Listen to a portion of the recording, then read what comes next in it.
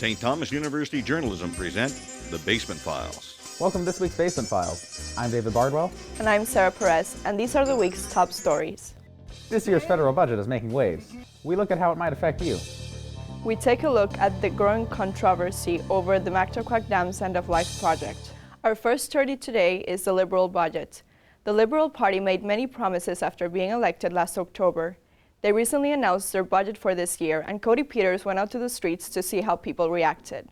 Today, we begin to restore hope for the middle class. This is how the federal finance minister began his 2016 budget announcement. But it seems not all Frederictonians are that hopeful. Many seem to have mixed emotions when it comes to the announced deficit.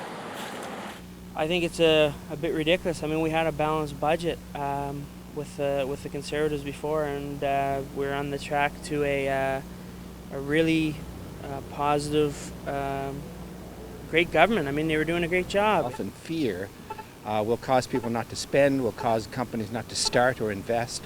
I think that's the worst thing. I think we have to be positive, we have to look forward, give them a chance. I mean, the Liberals are just as guilty as the Tories are of being scoundrels, but let's give these new guys a chance and this young Trudeau fellow a chance. The Liberals campaigned on a $10 billion deficit, eventually returning to a balanced budget. But Morneau announced an almost $29.9 billion deficit.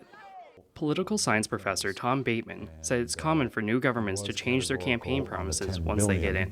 But it is also true that the price of oil has continued to slide, and that has meant declines in revenues for the federal and provincial governments.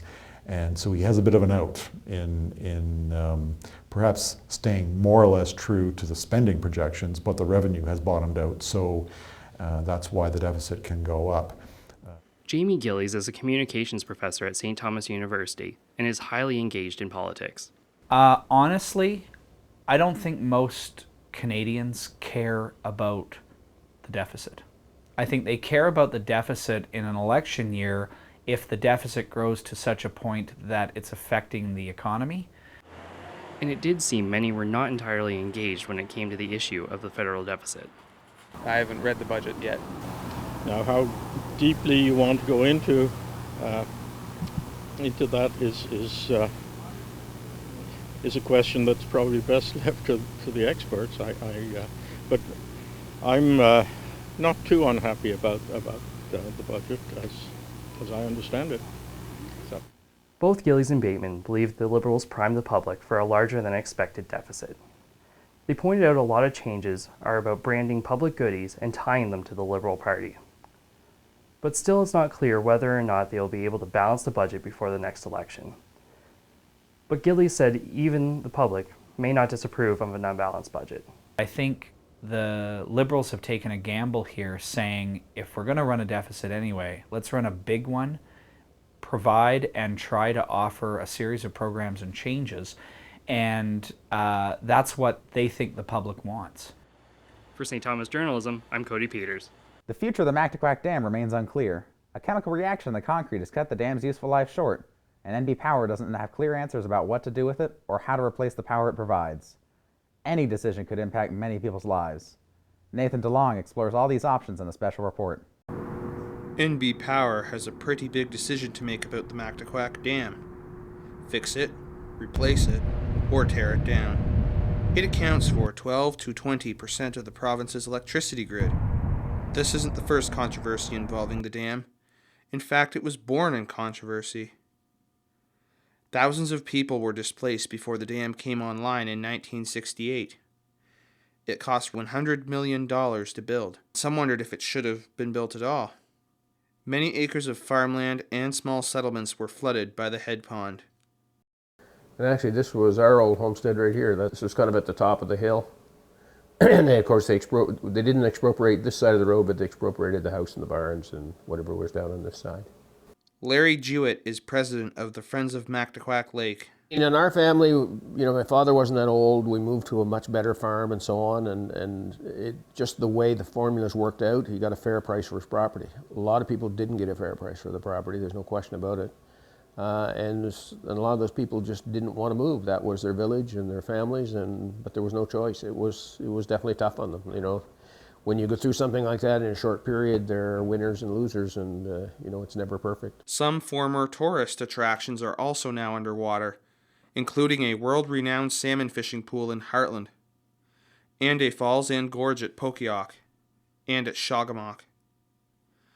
Not to mention Island Park in Woodstock, where the park facilities were located, but they're now on the mainland, and the island underwater. But the dam's head pond also provides benefits for tourism and the economy. King's Landing Historical Settlement was created because the land where its buildings used to be was flooded. And the town of Nakawik was formed partly by homes moved from nearby communities. There's also Mactaquac Provincial Park, and a marina, which Jewett owns. He also builds and rents houseboats. So it's a big part of our economy, and it's a good economy. It's not heavy industry, and even the dam itself, you know, it's as I said before, it has no smokestack. We kind of like having a factory in our community that has no smokestack. The dam is also a key transportation link between busy roads on both sides of the river. But the dam got too old too fast. It has to be decommissioned almost 40 years early. An alkali aggregate reaction in the concrete means the dam shifts and expands. It has caused equipment to move slightly. Cracks in the floor have been patched too. It also affects the way the turbines and generating station function. An alkali aggregate reaction is when the concrete paste reacts with the sand and gravel mix used to make the concrete. It doesn't affect the earthen dam over here on my right, which holds back 130 feet or 40 meters of water. Crews are already being brought in every year to cut slits in the concrete to alleviate the tension. Brent Corey is an NB Power engineer. With that expansion, it's causing our mechanical components to get to a point where they no longer can operate. It's basically like your car. You can take it so long, and then at some point in time, it's not worth that value to put anything more into it. You basically have to either replace it, rebuild it, or something like that. The something like that includes 3 options. The first is replacing the powerhouse and spillway. That would keep the earthen dam intact. The second would mean building a new spillway while keeping the head pond and not generating power. The third option would involve draining the head pond and removing the dam. The St. John River would be restored to a free flow state. We have the Canadian Rivers Institute that's looking at the science side of it in terms of what's underneath the head pond today, what has taken place in the 50 years or so that the head pond has been there, all those types of things. We have the social aspects of it that are being done, and we have a company called Dillon that is working on those. It could be property owners. It's what is the land used for today that it wasn't, and how has it changed since 1968? Each option could cost as much as $3 to $5 billion. Each option also has its pros and cons, especially if the head pond were drained. The dam blocked fish migration and interrupted the flow of river sediment when it was built. Disturbing that sediment could devastate the St. John River watershed if the head pond were drained.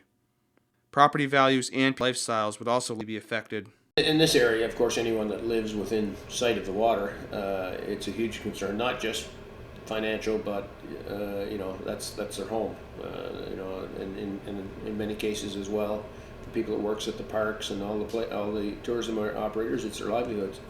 Kelly Bronson teaches science and technology at St. Thomas University in Fredericton. She's a consultant on the Mactaquac project. Her role is mostly process-oriented.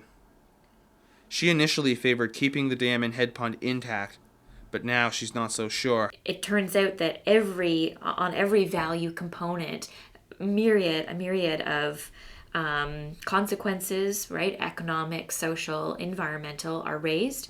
And so the trick in making the final decision for NB Power is going to be trying to weight those consequences, right? Weight those the aspects, right? Environmental aspects. How important are those as they ought to figure into the final decision? How important are the social, right, aspects? How important are the economic aspects like stability, energy stability in the province and self-sufficiency? And so the trick in making a decision, basically what I'm saying is the data show that it's not a clear-cut decision. Green Party leader David Kuhn agrees. You know, on the economic side, you can't do it at any cost. It's not responsible. That, you know, that's, for example, in thinking about one of the big issues is its impact on fish passage, without knowing whether they've got, what kind of options they've got for significantly improving or providing fish passage. Again, how do you weigh those options? Jewett said there's more consultation now than there was when the dam was built. I think today they would never approach it in the manner they did then. That was the way government did things then. You know, there wasn't a lot of consultation.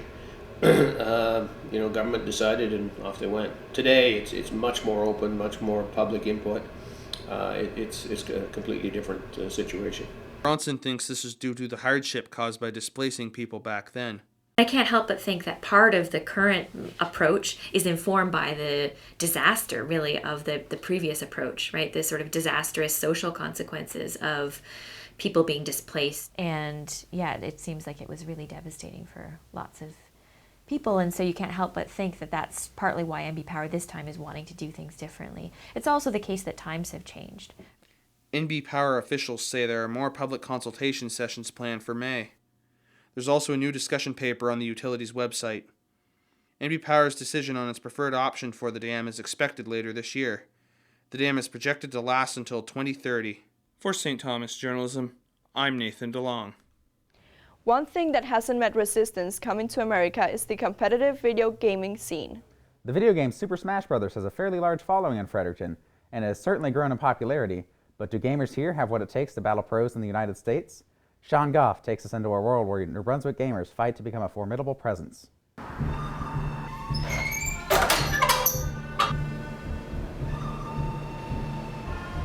If you talk to anyone who's into gaming in Fredericton, they'll probably know the gamers in room B8 of Head Hall at the University of New Brunswick. These gamers play one kind of game, and that game is Super Smash Bros.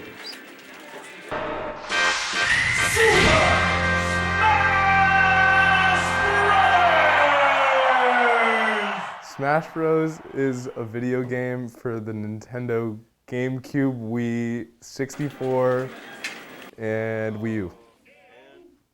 It involves a bunch of party characters from different games involving Nintendo, and they all fight together, or against each other. Most casual people, they don't really care about the outcome as much, they just kind of want to have fun, while competitive will use all the advanced techniques as possible to just try and win. For the most part anyway, some people don't really care about winning, but for me it's more about like trying to push as many advantages as I can to make the game faster and more fun and to win. The players who come to Room B8 or GameZilla in St. John don't play casually. They play with different rules meant for competitive play. Some players have even traveled to national tournaments to see how they compare to other countries. These guys take it seriously. Most people probably just see it as a casual game, and when I first started playing, I just saw it as pretty basic, and I thought like all the mechanics weren't very hard at all. But now that I've started playing it, you see that it's a really technical game, and a lot of the things you're doing that might seem very basic are really, really hard. But New Brunswick's Smash Brothers scene isn't exactly for casual players. It's for competing, winning, and the money.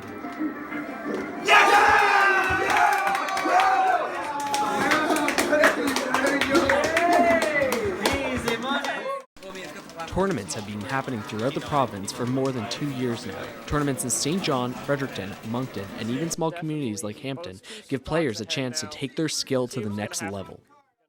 Let's look at it this way. Big tournaments like EVO in Las Vegas, Nevada awarded over $17,000 in prize money to the top 4 Super Smash Bros. Melee players. Now, does New Brunswick have the skills that it takes to make it to that level of competitive play? Fredericton players say that before the Smash Bros scene was developed to what it is today, there was a player who was already at that level. Nobody knew who he was until the first Fredericton Gaming Expo in 2013. Super Boom fan, or Daniel Hoyt, was the best player at the expo and the best in New Brunswick. Hoyt has an amazing track record of placing first at several national tournaments, and some call him the best in the world at the first game of the series, Smash Bros 64. Alright, so we have TTC and Super Boom fan here. In the 64 community, he's a big deal. Even in the Melee community, like in the beginning days, he was a big deal because he would go out to tournaments. And even when they had USA versus the world, they would enter him in those tournaments. Many players in the area say that New Brunswick becoming known relies on Dan representing the Maritimes at tournaments. Unfortunately, as the Smash Bros scene in Fredericton has gained popularity, Hoyt has moved to Edmonton, Alberta. Arguably the best and most consistent player in New Brunswick is now Evan Dennis, also known as Squidward. For some odd reason, if you know him, he loves Subway, and he loves muffins. And one guy from PEI swore that he could destroy Evan. He watched a couple of videos, you know, especially in a tournament where, you know, people are nervous. You know, the player looks a lot worse than they actually are. And he swore he could destroy Evan, like free 3-stock each time. And he played Ganon, and the guy got 4-stock, then he got 3-stocked. And he proceeded to say, he was doing things with Gandalf that I didn't know people could do. While Dennis could be seen as representing New Brunswick's good side of talented players, he's known for being one of the strangest players in the region. Like recently, this local tournament that went by, he felt the need to put on an ape mask and make ape gestures and throw shit around. I don't know if I'm allowed to swear on this or not, but that's literally what he did. And it's like, this is our best player. This is him. This is the coast's best player, is this guy right here.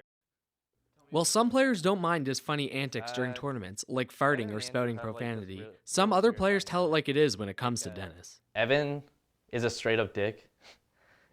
He'll tell you what he thinks. He doesn't care. He'll say you're bad, even though he's pretty bad himself. He'll say that too, though, so it's fine. When I first started playing, I didn't lose. Dennis isn't lying, but his attitude towards newer players isn't. I gotta admit, their perseverance is amazing. Like, time after time, they come in, they get bopped by a bunch of other people. They keep coming in. I love these people. It's amazing. Like, I would just give up if I were them. Before New Brunswick takes on big national tournaments like Get On My Level in Toronto this May, players will need to dethrone Evan at all games in the series. Players like Knowles keep Evan on his toes at Melee, but so far other players can't seem to get past him. Knowles says that if New Brunswick players want to get to that level, they need to stop being nice to each other and start winning. He says that Atlantic Canada is too polite compared to where he's from in the Bahamas. It's also, I think it's a cultural thing for Canada, also the Maritimes. People here are really nice. They act like they're nice. It's not necessarily the case, but they'll treat you cordial to your face. Because when I'm from the Bahamas and back home, I played by myself, and when I skipped my graduation retreat to go to a tournament on another island. And the first thing I did, I joined a chat on MSN, and I met them on Smashboards, and the first thing the group told me was that I'm bad. And it's just a cultural thing. We talk crap a lot. The first thing I told them was like, you guys all suck and I'm gonna destroy you. Knowles has a fair criticism of the Smash Bros community in Fredericton. While it's mostly a joke that Canadians are too nice, New Brunswick Smash tournaments are especially inviting to newer and younger players who want to learn, even if they're not very skilled. Even so, it's going to take a lot before the province is prepared to make itself known to Canada and the rest of North America. Keaton Russell, a top Smash 4 player, says though New Brunswick has a long way to go, players are getting better from the ground up. In the placement pyramid, a lot of our lower level players have been getting better, and it's forcing everyone that was mid-level to get better, so the top level's getting better, and like with that cycle, I think that we'll see our top levels growing to, you know, new heights and things like that. Other players from New Brunswick are training for the next big tournament. They say New Brunswick has certainly lost talent, but it has gained talent and continues to grow at a healthy pace. Veteran player Nathaniel Hicks says that if New Brunswick plays its cards right, some players might hone their skills in time for Toronto. I think with that, we've become a lot better in the past year. I don't know, as a landmark for me. The scene's definitely a lot harder. Like, a year ago, it was pretty easy to show up without being too trained to practice up in the week and pick your way through by, you know, being clever and strong neutral. But nowadays, there's a lot more people who are picking up the game either for the first time or looking at it in a competitive way for the first time and really developing a lot of the technical skill that's out there, and taking it and really making themselves credible and viable competitors within the scene. While some New Brunswick players believe their province doesn't have what it takes to compete at a national level, one thing's for sure, the province has a lot of positivity when it comes to new and upcoming players. For St. Thomas Journalism, I'm Sean Goff. Mental illness has a lot of stigma surrounding it. Some people decide to treat it with a counselor, others decide to use an alternative treatment or therapy. Natalie Sturgeon will take us into the world of people who deal with anxiety in New Brunswick. Janet Gormley doesn't do things quite like everyone else. She has TAR syndrome and has no radiuses in her lower forearms. What? Things like making coffee are more difficult for her, but she says it's all a part of living with her disability. But she also has to live with anxiety caused by her disability, and she's turned to art, among other things, to help her cope. I'm a person who's a risk taker. I see a goal, I go after it. I kind of blindly charge at it, but I go for what I've always wanted. She says she's had to learn how to do things her own way, and art helped. But Janet says even with her art, her anxiety can come at any time, any day. Reaching things at high levels can be nerve-wracking. So can everyday tasks, like doing laundry in her dorm. Anything from the biggest thing of having to go through surgery to the smallest thing of trying to get something down from a high shelf can cause me anxiety. She's even been asked whether she can wipe herself. Statistics Canada reports that 25% of Canadians are living with anxiety. And there is about up to a 1-month wait for any kind of treatment. Anxiety is defined as deep, intense emotions of worry that persist through everyday tasks. These deep feelings of worry and panic can prevent people from doing their everyday tasks, and they are very difficult to control.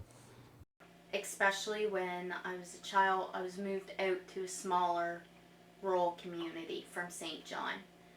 And it was a community where they weren't used to people with disabilities. And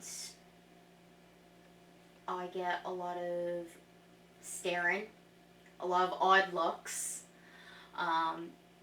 Sometimes I get very odd questions. Like, oh, were you in an accident? Or I'm just doodling pencil crayon. I was bored in art history. Some of the drawings, I can look at them and I can remember what I was doing at that time. But she enjoys all the same things we do, and she says despite her anxiety, it's a rewarding triumph over her disability. Please don't eat my knitting. She doesn't normally, but... Lee Thomas is a champion when it comes to mental illness. She is now a motivational speaker and advocate for those with mental illness. Lee is living with ADHD, bulimia, and bipolar disorder.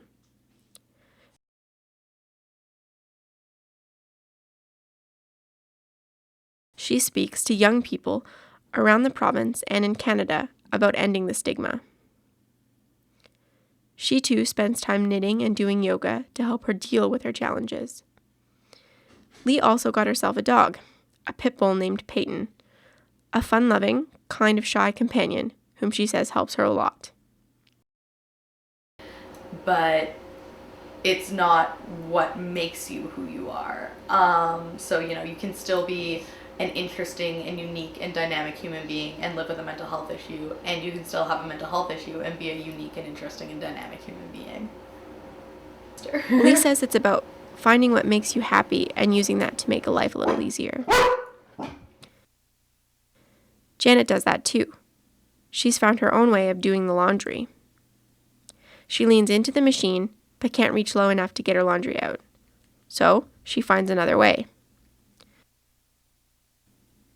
A claw to get her laundry out of the washing machine and into the dryer. She says this is one of those things you just have to adjust to. And laundry is just one of the obstacles. A door inside a campus building is far too high for Janet to reach, so sometimes she's forced to run and jump to push the door open. Accessibility, she says, is a problem. All of these cause Janet anxiety, but art, friendship, and appreciation for how far she's come allows her to put things into perspective. Don't remember a time I didn't do art. I've always had something that marks on another type of medium, whether it was crayons on the wall or pencil and paper or paint in the carpet. I've always had something. And when I was a kid in school, especially in elementary, I didn't have a lot of friends. I didn't really interact very well with the other children. The other children did not interact with me. The only thing that I could find free was the art easel. Lee echoes that determination. She says she's met many people who find their own way to deal with their mental illness. Art, yoga, and even pets. One of the stories that always really sticks with me is Sam, or Samantha, who is a face of the My Definition campaign. So I sat down with Sam and I said, "Why do you want to be a face of the My Definition campaign?" And she said, I was having a lot of anger issues, and it was really affecting my relationship with my partner and with my child. And my partner really wanted me to get help, and I was afraid to do that because, for a variety of reasons, all of which kind of add up to stigma. Janet lives in a St. Thomas University residence and can't have pets, so she keeps a fish at her dorm, but at home, she has a very friendly companion named Apollo. Janet says Apollo makes sure she goes on her daily walk, which helps with her anxiety in a big way. She had Apollo since she was 6 years old, and he turned 6 very soon. They have a unique bond, and Janet says having Apollo has really helped her in her recovery. Lee also says finding ways to cope with mental illness allows people to be more open, and told that to an audience at TEDx in Halifax, Nova Scotia. No one ever would have guessed that she was really, really sick. So as you might have guessed, I was that 12-year-old girl, but as you might not have guessed, I was also one of the people who didn't know that I was sick. She wonders why she tells people her story, but to her, storytelling is a powerful way to overcome her challenges. And Janet feels the same way. Telling her story is another way she can help ease her anxiety. She hasn't needed a blood transfusion since she was 3 years old, which helps ease her anxiety about her health issues.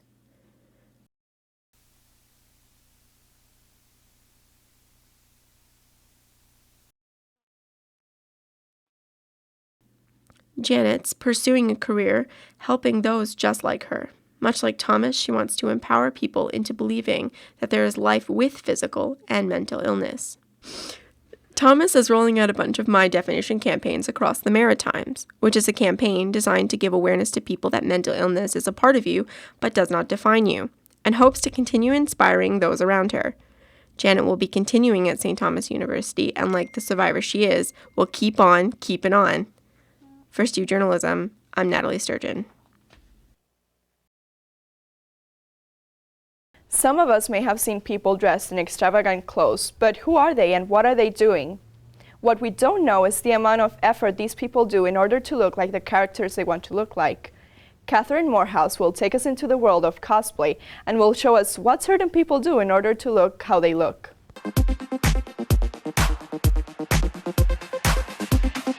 This may look like Halloween or even Disney World, but it's not. It's Anna Maritimes in Fredericton. Dressing up in costumes when it's not Halloween can be seen as weird to some, especially when the costumes are really outlandish or very detailed. But at places like Anna Maritimes, that's what you'll see. It's called cosplay. That's dressing up as a character from a movie, book, or video game. To devoted cosplayers like Marie Mead, it's a hobby. As a child, Mead dressed up like all kids did, but she had a specific character in mind. I was like 6, and my mom, I really liked this pink belly dancer costume for Halloween one year. And she was like, okay, yeah, like, it's not an evil character because my mom had something against me doing villains. So you know what? I'll, let you get it. And then she was like, oh look, you're a belly dancer. Like, that's a really nice belly dancer costume. No, I am Jeannie from My Dream of Jeannie. Mead is a third-year anthropology student at St. Thomas University. She's been going to conventions since last year, but always loved making costumes. So for Toru, it's my grandmother and I that made it years ago. We used a bunch of patterns that she had in her basement, and she had the perfect material in the basement. People are seeing cosplaying as everything from Disney characters like Baymax to popular jump scare games like Five Nights at Freddy's. Cosplaying gives Mead the opportunity to become another person, someone she's never been before. One of her favorite characters is Regina from the show Once Upon a Time. When in costume, Mead says she has a totally different personality. So I don't know, it's really hard to explain. Like, you get into that mindset, you become the character to a certain extent. Like, you're still you and you're still talking to your friends and but when someone comes to a picture, to ask for a picture, I find I snap into Regina, right? And when you pose, when you decide to, okay, I'm gonna pose like this because she has a poster that's posed like this, or I'm going to, if an Emma comes to me, depending on what stage I'm dressed as, I'll react differently. With cosplay, people can also give their own take on popular characters, like 20-year-old Kristen Wires does. She's been cosplaying for the past 3 years and came up with her own interpretation of Tony Stark from Iron Man, creating her own female character called Antonia Stark. Wires says you can make your own costumes out of simple things like regular clothing. Together with an old dress, my corset, and leather jacket. It's really easy, something that you can do with anything that you own. When it comes to makeup, Wires makes sure she does it right. Instead of telling me how to contour, she gives me a full makeover instead.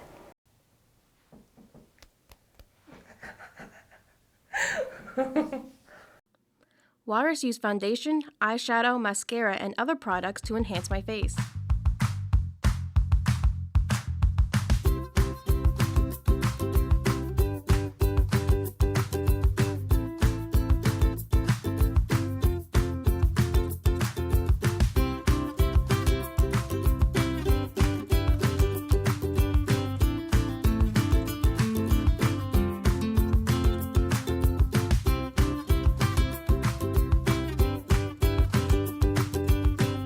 It's hard enough to do your own makeup, but it can be even easier to make a mistake when you're putting makeup on someone else's face, like me. Open your eye.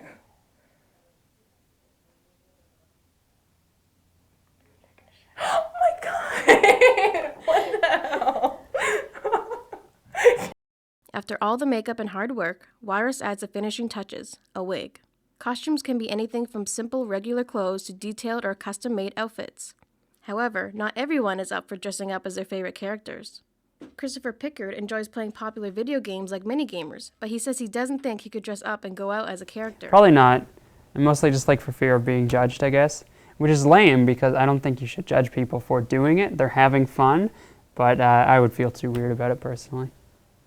Pickard understands and respects people like Wires and Mead who like to cosplay, but some aren't as understanding, and that can sometimes make it difficult to walk down the street in costume. It's kind of shock, actually, how people don't really accept cosplayers in Fredericton. You get weird looks when you walk down the street. People throw curses at you. People throw insults at you. It's kind of really disheartening when you're walking downtown having a fun time and you get called a freak. Although there can be hardships with cosplaying, the major benefit is making friends and memories. One of Mead's best memories with cosplay is of her first convention, which happened the day after a snowstorm. My friends and I ended up sitting near the canteen for pretty much the entire weekend, and we bought pizza, and at one point we went to my friend's grandmother's place and got this huge pot of Mr. Noodles, and just sat there and ate Mr. Noodles, and that kind of became a tradition. And so we have our Mr. Noodle tradition within that group of friends. And if there's one thing Mead wants to let others know, it's not to be afraid to try new things. If you want to dress up as a female character, do it. If you want to modify a character, if you want to do gender bending, do it. Like, you don't have to cosplay. Cosplay has no boundaries. Like, as long as it, like, the only thing is, as long as it fits within, like, the regulations of the actual convention that you're going to, do whatever. From her own positive experiences, Juarez encourages others to not be too shy to cosplay and not to worry about what other people think. Cosplaying to me is freedom. You can be whatever you want, you can be whoever you want, and you can get together with a group of friends that all have the same feelings for this. You can find people who are cosplaying as the same characters or from the same universe and meet new friends that you would have never met day to day. For Stu Journalism, I'm Catherine Morehouse. That's it for this episode of The Basement Files. Make sure to check out our website for more news. And be sure to check out our final episode of the year. I'm Sarah Perez. And I'm David Bardwell.